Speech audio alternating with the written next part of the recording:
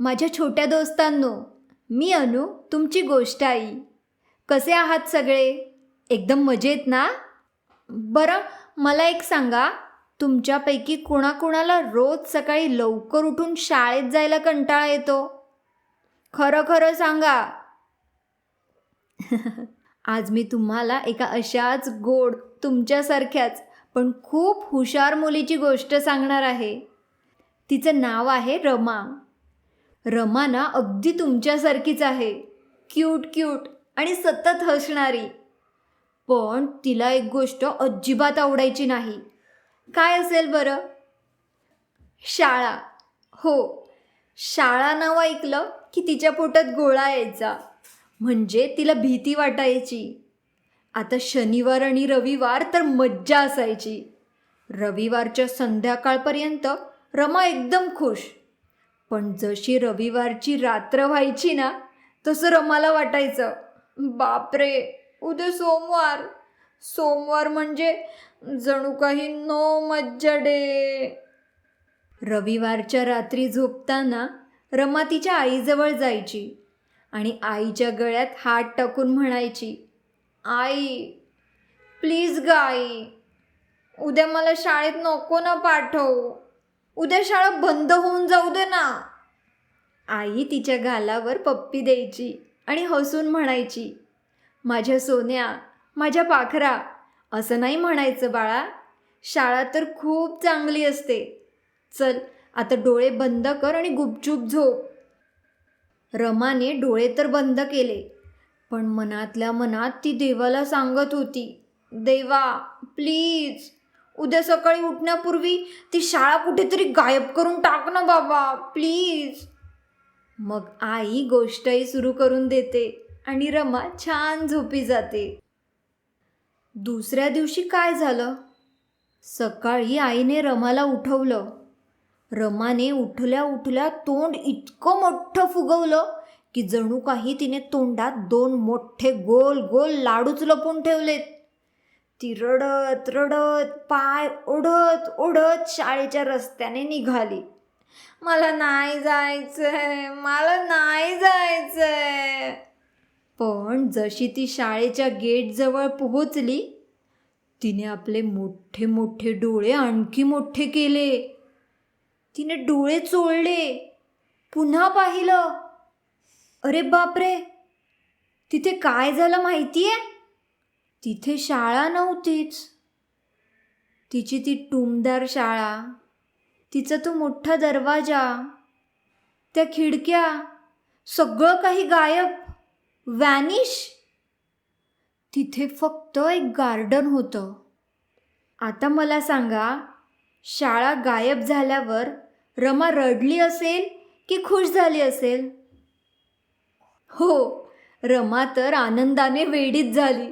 ती दोन्ही हात वर करून उड्या मारायला लागली. ये, ढंडरे टटरे टटरे टटरे ढंडरे टटरे टटरे टटर. शाळा गायब झाली, शाळा गायब झाली, देवा थँक्यू. आता नो अभ्यास, नो होमवर्क, नो टीचरचा ओरडा, मज्जाच मज्जा. ये, ढंडरे टटरे टटरे टटरे ढंडरे टटरे टटरे टटर. ती त्या गार्डनमध्ये गोल गोल फिरून गाणी गाऊ लागली, नाचू लागली.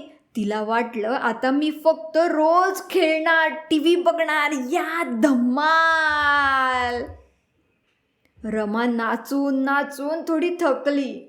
मग तिने आजूबाजूला पाहिलं. तिला वाटलं, चला आता खेळूया. पण खेळणार कोणासोबत? तिथे तिचा बेस्ट फ्रेंड शंभू नव्हता. तिला रोज हसवणारा जाडजूड शिव पण नव्हता. खेळायला कुणीच नव्हतं. त्या गार्डनमध्ये एकदम शांतता होती. फक्त वाऱ्याचा आवाज येत होता.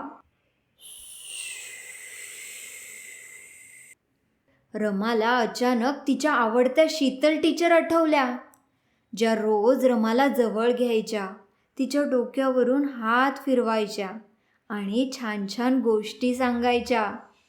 रमाने गार्डनकडे पाहिलं. तिथे खेळायला घसरगुंडी नव्हती, झोपाळा नव्हता, मधल्या सुट्टीत एकत्र बसून डब्बा खायला फ्रेंड्स नव्हते. आणि सगळ्यात मुख्य म्हणजे शाळेची ती आनंदी घंटा, टन टन टन असा आवाज करायला तिथे घंटाच नव्हती.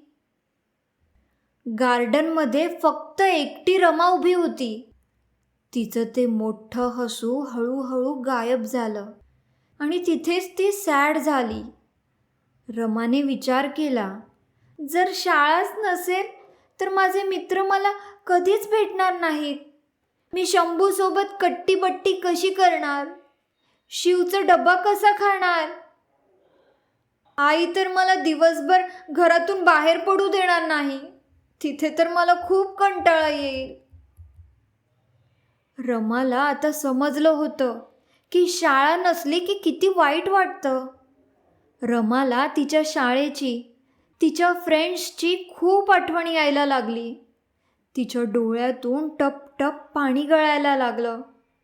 ती रडत रडत ओरडली, मला माझी शाळा पाहिजे. देवा प्लीज माझी शाळा परत आण. मला शंभू पाहिजे. मला टीचर पाहिजे. मला माझी शाळा परत द्या.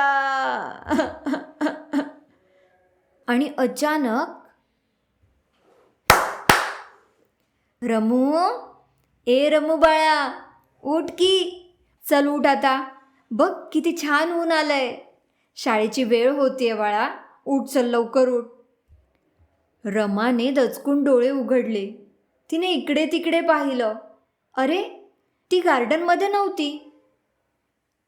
ती तिच्या मऊ मऊ गादीवर होती आणि समोर आई हसत उभी होती. अरे च्या, म्हणजे हे फक्त एक स्वप्न होतं? नाही, मला पटापट तयारी करायला हवी. रमा पटकन बेडवरून खाली उतरली. तिने आईला इतकी घट्ट मिठी मारली की आई पण चकित झाली. रमा हसून म्हणाली, आई, मी आज अजिबात रडणार नाही. मी पटापट ब्रश करणार, छान आवरणार आणि पळत पळत शाळेत जाणार. तर छोट्या दोस्तांनो, त्या दिवशी ना रमा रडत रडत नाही, तर गालातल्या गालात हसत आनंदाने उड्या मारत शाळेत गेली. गेटवर पोहोचताच तिने शंभूला आणि शिवला हायफाय दिला. कारण रमाला समजलं होतं की शाळा म्हणजे फक्त कंटाळवाणा अभ्यास नसतो, तर शाळा म्हणजे खूप सारे फ्रेंड्स, खूप सारी धमाल आणि आनंदाचा खजिना असतो. नवीन गोष्टी शिकायला मिळतात. तर कशी वाटली रमाची गोष्ट? आवडली ना? मला माहिती आहे तुम्हाला आता शाळा नक्की आवडणार. पण तुमचे जे कोणी फ्रेंड्स शाळेत जायला कंटाळा करतात ना, त्यांना ही गोष्ट नक्की शेअर करा किंवा तुम्ही जाऊन सांगा. Bye bye.